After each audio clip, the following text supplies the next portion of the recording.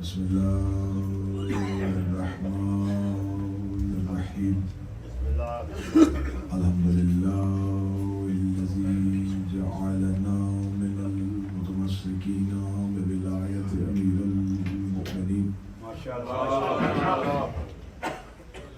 اللهم إياك نعبد وإياك نستعين الصلاة والسلام بتحية الإكرام على أشرف الأنبياء والمرسلين وأولاده الطيبين الطاهرين المعصومين ثم الصلاة والسلام على الصديقة المباركة الرازية المرزية عالمة غير مهلمة بنت القلم والنون والسر بين الكاف والنون ودليل إرادة كن فيكون وكتابة المكنون آية الله العظمى وزوجة آية الله الكبرى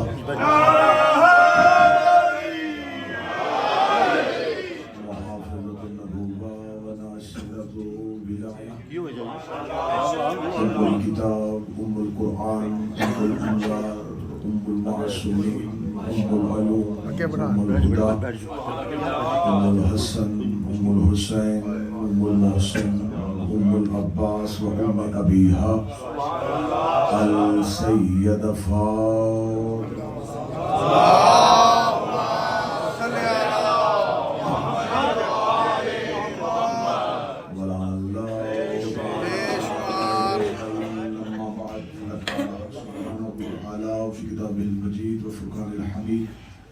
بسم الله الرحمن الرحيم وما خلقت الجن والإنس إلا ليعبدون بلند الصلوات اللهم صل على محمد وآل محمد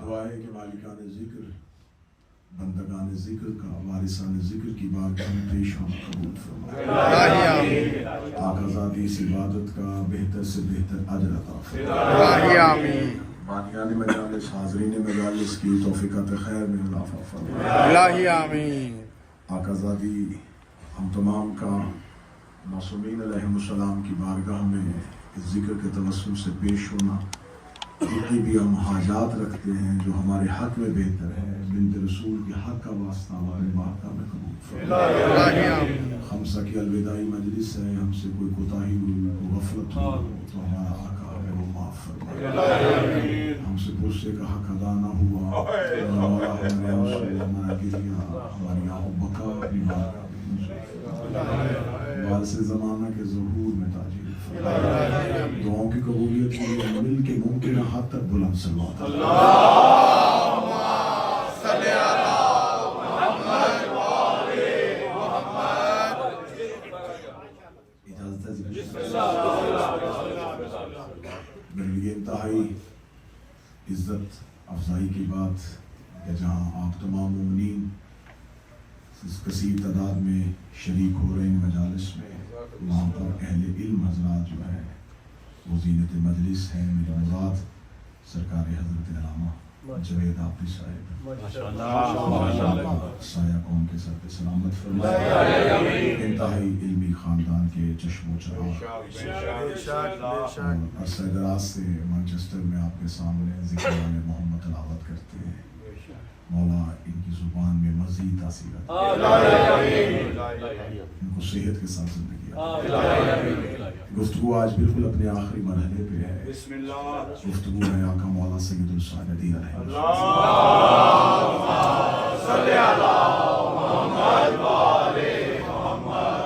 اور آج مکمل کوشش ہے کہ جو بھی معروضات پیش کی جو اس کا کچھ خلاصہ رہ گیا وہ آج کی مجلس کی حد تک جہاں تک مکمل ہوا وہ پوری کوشش کروں گا اور پھر انشاءاللہ کل بشرط زندگی و صحت ٹھیک اسی ٹائم پہ یہاں پر تو نہیں لیکن اولڈم انشاءاللہ میں اس رضا کا جو بقیہ حصہ رہ جائے گا وہاں پہ تلاوت کر دیا جائے گا۔ مولا سید الساجدین علیہ السلام کہ زندگی میں بعد از کربلا وہ کیا واقعات رونما ہوئے، کیا حالات بنے، کس طرح اسلام کی ڈوبتی ہوئی کشتی کو سجاد نے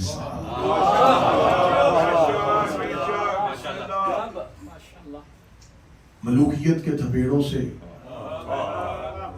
ایسی تلاطم خیز موجوں سے کربلا سے اس دین کی کشتی کو نکالا اور اس سفینہ نجات کو لا کے مدینے روضہ رسول پہ ٹھہرا۔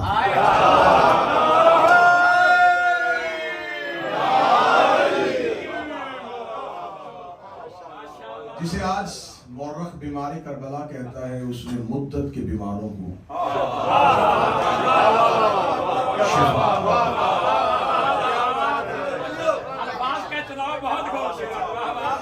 اس نے ذہنی بیماروں کو شفا دی، روحانی بیماروں کو شفا دی۔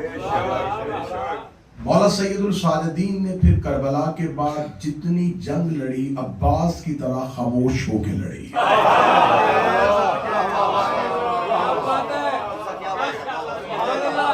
حجت تلوار نہ بھی نکالنے، میدان جنگ میں ظاہر نہ بھی، خاموشی بڑی جنگ ہو۔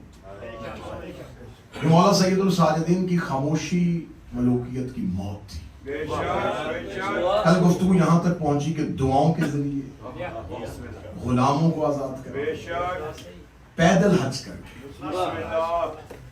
آج مجھے گفتگو کرنی ہے اس اپنے آقا و مولا پہ جو تاریخ شیعت کے مظلوم ترین شخصیت۔ قبلہ آپ بھی صاحب تشریف فرما ہے، یہ بھی میرے چوتھے امام کی نسل ہے، جناب ذل رضا زیدی صاحب تشریف فرما، اور جو زیدی سادات آج کی مجلس میں تشریف فرما، جناب زید شہید، تاریخ اسلام کی وہ مظلوم ترین شخصیت جسے دشمن نے تو دشمنی میں چھوڑا تھا، لیکن تاریخ کے مورخ نے اس شخصیت پہ ایسے گھنونے الزامات لگائے کہ اپنوں کو بھی سمجھنے کی صلاحیت نہ ملی کہ ہم اس کو سمجھیں کہ یہ ذات کون ہے۔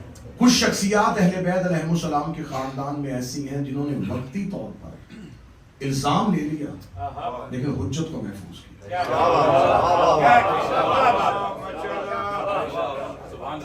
جیسے اہل سنت کے ہاں بہت سے فرقے ہیں، حنبلی ہیں، شافعی ہیں، مالکی ہیں، اس طرح مذہب جعفریہ میں جو فرقوں کی بنیاد پڑی وہ پہلے 3 ائمہ کے ادوار میں نہیں، چوتھے امام کے دور میں مختلف فرقوں کی ابتدا ہونی شروع ہوئی، کیونکہ اب ملوکیت مضبوط ہو گئی تھی اور شیعہ نے علی کو توڑا جا رہا تھا، بات شروع ہو چکی ہے۔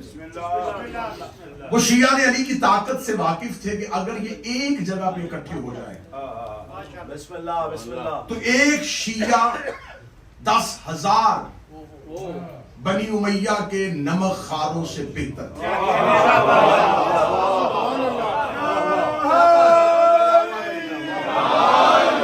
اس کی زندہ مثال حسین ابن علی کربلا میں دکھا چکے تھے، صرف 72۔ تو اب انہیں یہ یقین ہو گیا تھا کہ ہم نے یہ نہیں دیکھنا کہ شیعہ کوفہ میں کتنے ہیں، یمن میں کتنے، مدینہ میں کتنے۔ ان کی کربلا کے بعد بنی امیہ کے ذہنوں سے یہ خیال ختم ہو گیا تھا، ان کی اقلیت کو نہیں دیکھنا کہ تھوڑے ہیں، یہ 10 بھی ہوں گے تو طاقتور ہیں، 20 بھی ہوں تو قیام کر دیں تو طاقتور ہیں، لہٰذا ان کو کسی ایک جگہ پہ اکٹھے نہیں رہنے دیں، ان کی طاقت کو توڑو، ان کے ذہنوں کو انتشار میں ڈالو، ان کو اتنے گروہوں میں تقسیم کر دو، اتنے فرقوں میں بانٹو۔ اور آج تک ملوکیت یہ کام کر رہی ہے۔ آج فرقے تو نہیں ہیں لیکن فرق ہیں۔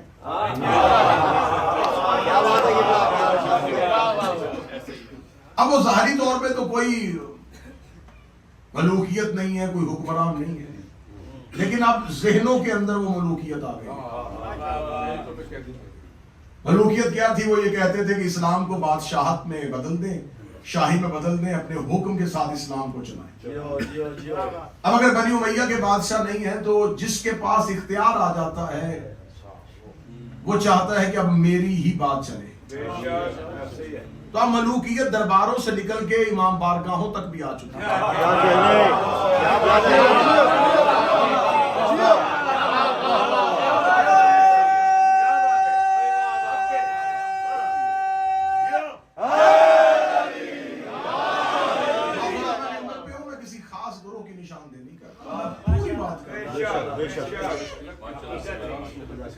چاہتا ہے کہ ہر کوئی چاہتا ہے کہ ذہنی غلام میرے پاس زیادہ، فکری غلام میرے پاس زیادہ. تو اب گروہوں میں بانٹا جا رہا تھا. اس مولا کے دور میں گروہوں میں تقسیم کیا گیا. فرقہ واقفیہ، یہ وہ فرقہ جس نے کہا کہ نہیں، مولا امام حسین علیہ السلام جو ہے یہ کربلا میں جو شہید ہوئے تھے، جیسا کہ عیسائیوں کا عقیدہ تھا کہ عیسیٰ جو تھے انہیں اللہ نے زندہ اٹھا لیا تھا جب ان کے قتل کا ارادہ بنا تھا، اور ایک شخص کو عیسیٰ کی شکل میں ان کے سامنے کھڑا کر دیا تھا اور پھانسی وہ شخص لگائے لیکن عیسیٰ زندہ ہے. یہ عیسائیوں کا عقیدہ تھا. ایسے اس فرقے کا عقیدہ تھا کہ حسین ابن علی کربلا میں جب یہ امت قتل کرنے لگی تو اللہ نے انہیں آسمان پہ اٹھا لیا. اب امامت یہیں پہ رک گئی ہے. اس کے بعد ایک فرقہ وجود میں ہے، فرقہ کیسانیہ. یہ وہ فرقہ تو جو یہ کہتے تھے کہ اگر امامت نسل امام حسن میں نہیں گئی نا تو امامت نسل حسین میں بھی نہیں جائے گی، کیونکہ مولا حسن کا بیٹا امام اس لیے نہیں بنا کہ علی کا ایک بیٹا موجود تھا، تو علی کے بیٹے کی موجودگی میں امام حسن کا بیٹا امام نہیں بن سکتا، کیونکہ امامت علی کے بیٹوں کا حق بنتی تھی. تو اس لیے امام حسن کے بعد ان کے چھوٹے بھائی امام حسین کو امامت بنی. تو جب امام حسین شہید ہو گئے تو اب اگر نسل حسن میں امامت نہیں گئی تو حسین ابن علی کا بیٹا بھی امام نہیں ہوگا، کیونکہ علی کا ایک بیٹا محمد حنفیہ زندہ ہے. لہذا انہوں نے کہا کہ ہم محمد حنفیہ کی امامت کے قائل ہیں، یہ ہے امام برحق، یہ ہے حسین کے بارے میں. اب یہ فرقہ بن رہا تھا. جناب محمد حنفیہ امامت کا دعویٰ نہیں کر رہے، لیکن آج تک طریقہ مورخ جناب محمد حنفیہ پہ یہ الزام لگا رہا ہے کہ جب لوگ انہیں امام کہہ رہے تھے تو وہ خاموش کیوں رہے، بولے کیوں نہیں بتایا کہ میں امام نہیں. لہذا مورخ کہہ دیتا کہ محمد حنفیہ کی خاموشی سوالیہ نشان ہے. سوالیہ نشان نہیں، علی کا بیٹا ہے. اب خاموش کیوں تھے؟ جب مولا سید الساجدین کوفہ پہنچ چکے ہیں اور کوفہ کے زندان میں یہ قافلہ اہل بیت موجود ہے، تو ابن زیاد ملعون نے جب کوفے میں حرکتیں دیکھی کہ لوگوں نے پہچان لیا ہے کہ یہ خاندان رسول ہے، زید بن ارقم صحابی نے پہچان لیا ہے، عبداللہ بن عفیف نے پہچان لیا، اور صحابہ پہچان لے، یہ خبر مدینے پہنچ جائے گی، تحریک کوفہ سے جنم لے لے گی. اس نے رات کی تاریکی میں ابن زیاد نے قاصد کو بھیجا جا شام اور جا کے اس سے کہتے ابھی یہ قافلہ کوفہ تک پہنچا ہے اور کوفہ میں حرکت شروع ہو چکی ہے. لوگوں نے کان کھڑے کر لیے. مجھے ڈر اور اندیشہ ہے کہ اگر یہ قافلہ ایسے ہی کوفہ سے شام تک گیا تو پیچھے سے ایک تحریک اٹھے گی، ایک قیام ہوگا اور وہ دمشق میں تیری سلطنت پہ حملہ کر دے گے. لہٰذا مجھے اجازت دے کہ میں کوفہ کے زندان میں علی بن الحسین کا قتل کروں. اس نے چوتھے امام کے قتل کا پروگرام بنا لیا. اتنا قوی ارادہ کیا کہ کوفہ کے زندان میں تاریخ کہتی ہے کہ رات کی تاریکی میں ایک پتھر آ کے زندان میں گرتا ہے. مولا سید الساجدین اس پتھر کو اٹھاتے، اس پتھر کے اوپر چمڑے کے ساتھ ایک تحریر لپیٹی ہے جو ابن زیاد کے دربار میں ایک ڈیوٹی پہ موجود سپاہی نے یہ خبر زندان میں پہنچا. اس کا مطلب ہے کہ کوفہ میں ابن زیاد کے دربار میں کچھ ایسے افراد موجود تھے جو اہل بیت سے محبت کرتے تھے لیکن قیام نہیں کر سکتے، طاقت نہیں تھی، کھل کے سامنے نہیں. اس نے خبر دی کہ ارادہ قتل بن چکا ہے، اگر انہوں نے یہ کام کیا تو صرف میں نہیں، میرے ساتھ کچھ ایسے افراد ہیں جو دربار سے کھڑے ہو سکتے ہیں. تو اگر یہ ارادہ ہوا تو ہم نعرہ تکبیر بلند کریں گے تو آپ سمجھ لیجئے گا کہ یہ آپ کا ارادہ قتل طے کر چکے. لیکن اس نے تو اپنی نوکری کا ثبوت دیا، غلامی کا ثبوت دیا، لیکن اسے خبر ہے جو اندر ہے وہ امام. اب جب یہ ارادہ بن چکا تھا کہ مولا علی ابن الحسین چوتھے امام زین العابدین کو کوفہ میں شہید کر دیا جائے، قتل کر دیا جائے، ساتھ ہی پانچواں امام ہے، اس کا بیٹا ہے، اس کو بھی قتل کر دیا جائے. تو جب کربلا میں حسین ابن علی کو شہید کر دیا گیا تو ان کے بیٹوں کو بھی شہید کر دیا گیا. ابھی یہ پروگرام بن رہا تھا، یہ سازش تیار ہو رہی تھی، یہ مکہ سے قاصد آ گیا، بسم اللہ، اس نے آگے کہا کہ حسین بن علی شہید کر دیے؟ ہاں شہید ہو گئے۔ ان کا بیٹا کہاں ہے؟ ہمارے زندان میں۔ اس نے کہا میں آپ کو خبر دینے کے لیے آیا ہوں کہ مکہ میں لوگوں نے محمد حنفیہ کی امامت کا اعلان کر دیا۔ اب جب محمد حنفیہ کی امامت کا سنا تو اب جناب سید الساجدین سے نظریں ہٹ گئیں کہ ہم جسے قتل کرنے کے لیے بیٹھے تھے کہ تو امام ہی نہیں ہے، قیام یہاں سے نہیں ہوگا، قیام تو مکہ سے ہو جائے، کیونکہ امامت محمد حنفیہ کے پاس چلی گئی ہے۔ نظر سید الساجدین سے ہٹ کے پوری مخبری محمد حنفیہ کی ہونی شروع، ان کی سرگرمیوں پہ نظر رکھو، وہ کیا جا رہے ہیں، کون ان سے ملنے کے لیے آ رہا ہے۔ نظر سید الساجدین سے ہٹ کے محمد حنفیہ پہ چلی گئی۔ اب محمد حنفیہ کی خاموشی اور خدا کی مشیت کیا تھی؟ ایک جملے میں پوری تاریخ دوہرا دیتا ہوں، اللہ ہر دور میں ایک حجت کے ساتھ ایک ابو طالب ضرور رکھتا ہے۔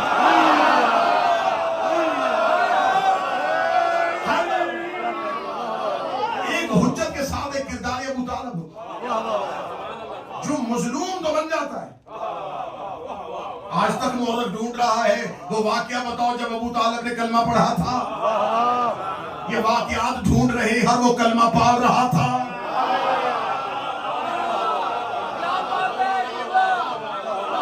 اگر کلمہ پڑھ لیتے تو مصطفیٰ کی حفاظت کون کرتا؟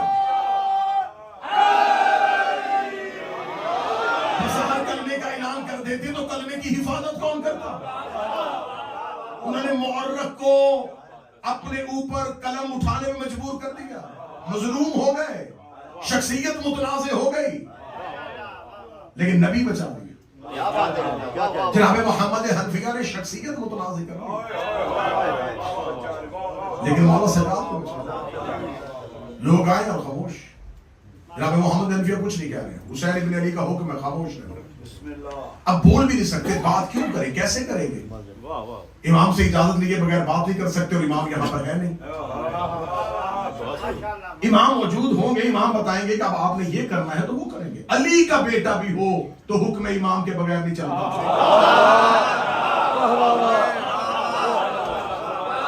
یہ ہے طاقت امام کی، علی کے چھینو۔ علی کا بیٹا بھی امام بھتیجا ہے۔ جب علی کا بیٹا امام کے بغیر نہیں چلتا تو علی کا غلام امام کے بغیر نہیں چلتا۔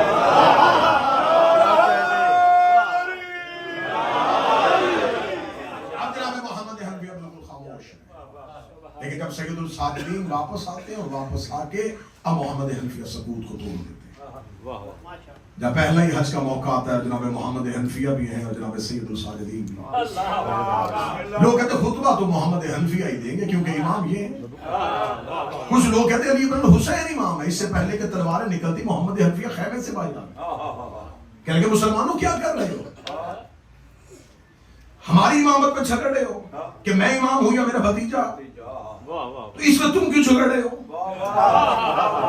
امامت دینا تمہارا کام تو نہیں، یہ تو عہدہ الہی ہے، یہ تو اللہ کا دیا منصب ہے، فیصلہ عوام کیوں کر رہی ہے؟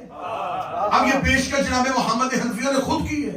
محمد حنفیہ کہتے ہیں کہ ٹھیک ہے، اگر امامت کا پتہ ہی کرنا ہے کہ کون امام ہے تو فیصلہ حجر اسود سے کروائے۔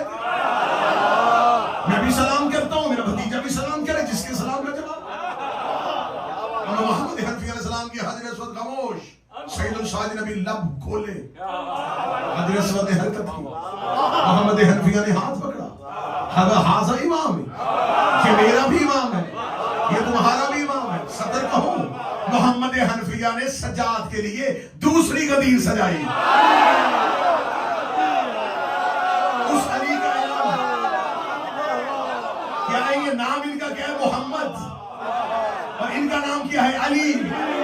ہر دور کی علی کا اعلان کعبے میں کوئی نہ کوئی محمد کرتا ہے۔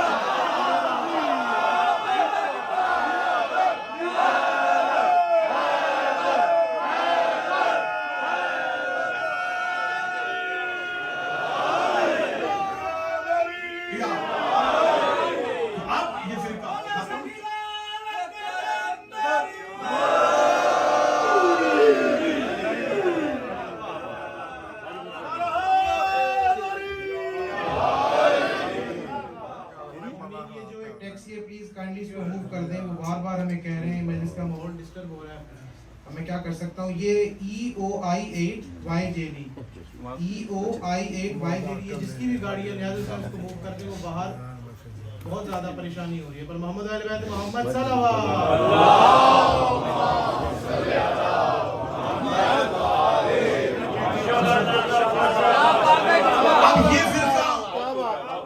محمد حنفیہ مظلوم شخصیت لیکن حجت کے اوپر. مولا سید الساجدین کی زندان سے رہائی کے بعد مختلف تحریکیں شروع. توابین کی تحریک, سلیمان بن سعد خزائی وہ قیام کر رہے ہیں, ہم قاتلان حسین سے انتقام لیں, لیکن اس قیام کا کیا فائدہ جو حسین کے بعد کیا ہے. لہذا شیعہ علماء یہاں پر خاموش ہیں. سلیمان بن سعد خزائی کا معاملہ اللہ اور حسین کے پاس. نکلے ہیں گھر سے نصرت حسین کے لیے نکلے ہیں, قاتلان حسین سے انتقام لینے کے لیے نکلے ہیں. لیکن ہمارے ہاں اردو میں یا پنجابی میں ایک کہاوت پائی جاتی ہے کہ اس تھپڑ کا کیا فائدہ جو لڑائی کے بعد. حسین خطوط لکھ رہے تھے تب لبیک کہنا چاہیے, لیکن یہ ایک تحریک اٹھی. لیکن وہ کہہ رہے تھے توابین توبہ کر رہے ہیں, ہم سے حسین ابن علی کو لبیک نہ کہہ سکے, ہم توبہ کرتے ہیں.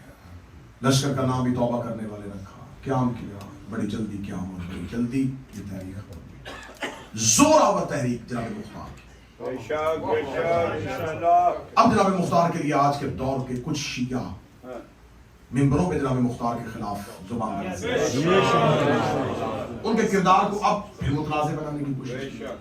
جناب مختار میں پورے اشرے پڑھ چکا ہوں, مجالس پڑھ چکا ہوں. جناب مختار پہ ایک مجلس پہ اس لمحے میں جناب زید کے ساتھ بات نہیں کی. جناب مختار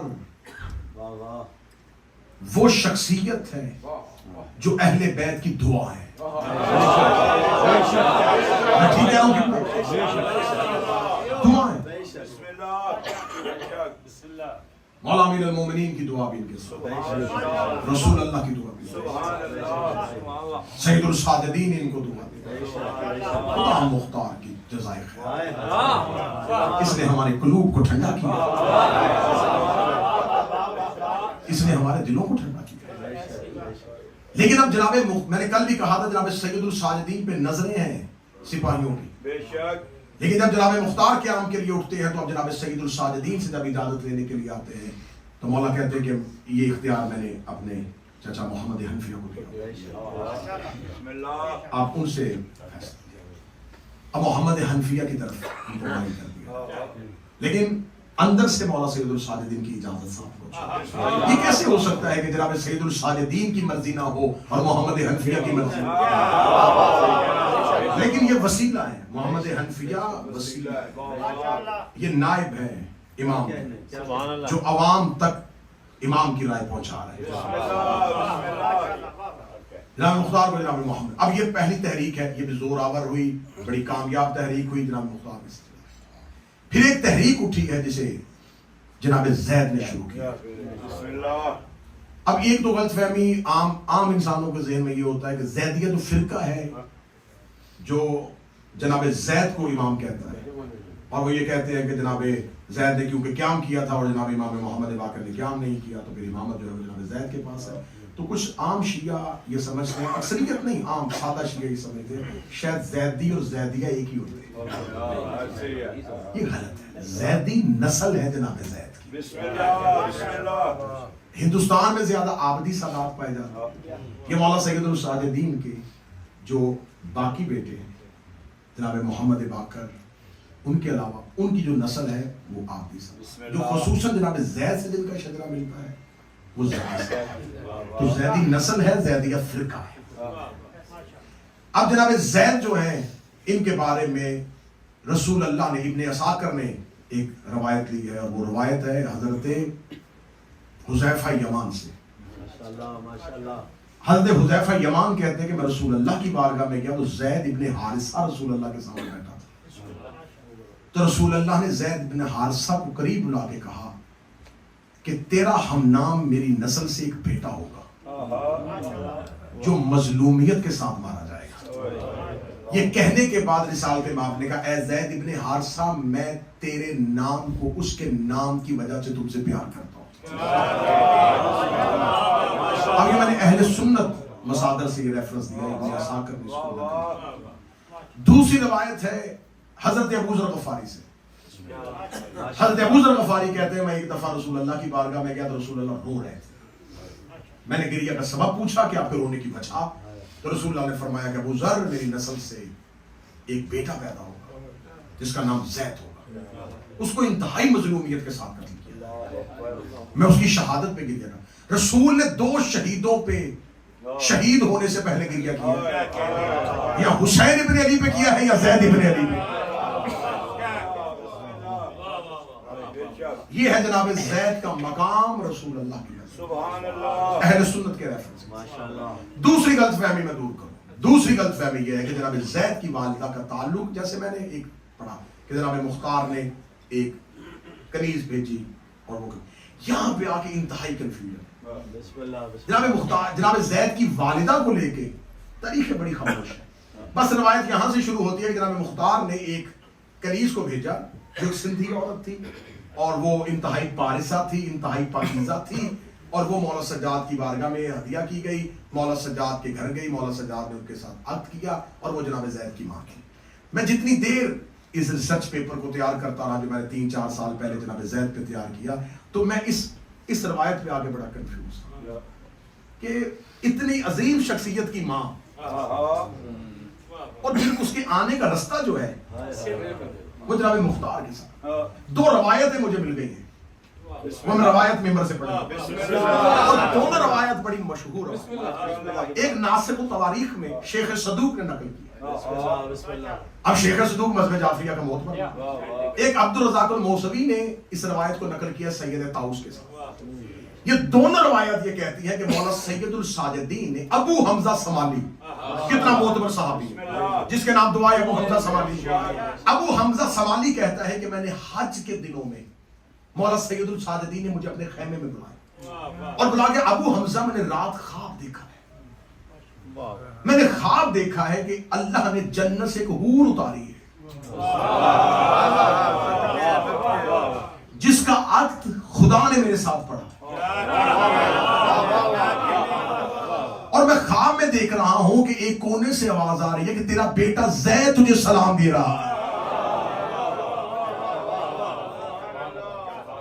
اب یہ روایت اتنی قوی ہے, اس کا مصدر اتنا قوی ہے, اس کا ترک اتنا مضبوط ہے اور عقیدہ اس بات کی اجازت دیتا ہے. جب میں نے یہ 2 روایات پڑھی اور مشہور روایت پڑھی, تو پھر جب میں نے عام کتابوں سے جا کے پڑھا کہ جناب زید کی والدہ کا نام کیا تھا, انہوں نے کہا ہورا. ہورا نام تھا جناب زید کی والدہ. تو نام بھی اگر ہورا ہے, روایت بھی موجود ہے, تو پھر اس شہزادی کا تعلق فرش سے نہیں ہے.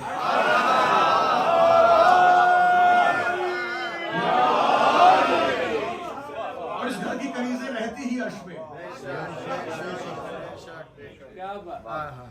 اب جناب زید کی والدہ جو ہے, اس کے لیے میں نے 2 مسند روایات آپ کے سامنے پڑھی. یہ دونوں روایات کا تعلق جو ہے وہ اہل بیت کے اہم مصادر کے ساتھ. اس خواب کا تذکرہ ہے ابو حمزہ سمالی کی روایت ہے, شیخ صدوق نے بھی نقل کیا ہے, اور سید طاؤس کے ساتھ عبد الرزاق الموسوی نے بھی اس کو اپنی کتاب میں نقل کیا. جناب زید جب مولا سید الساجدین کے ہاں اس شہزادے کا ظہور ہوتا ہے, 25 سے لے کے 28 ہجری کے درمیان ان کا لکھا جاتا ہے. کسی نے 26 لکھا, کسی نے 27 لکھا, کسی نے 28 لکھا. یہ جرت میں مثل عباس تھے,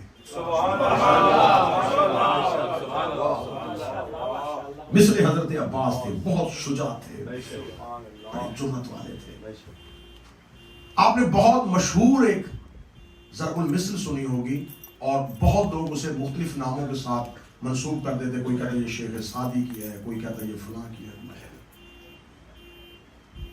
ذلت کی زندگی سے سنیے, میں نے آدھا پڑھا تو آپ نے یہ جملہ جناب زید کا ہے.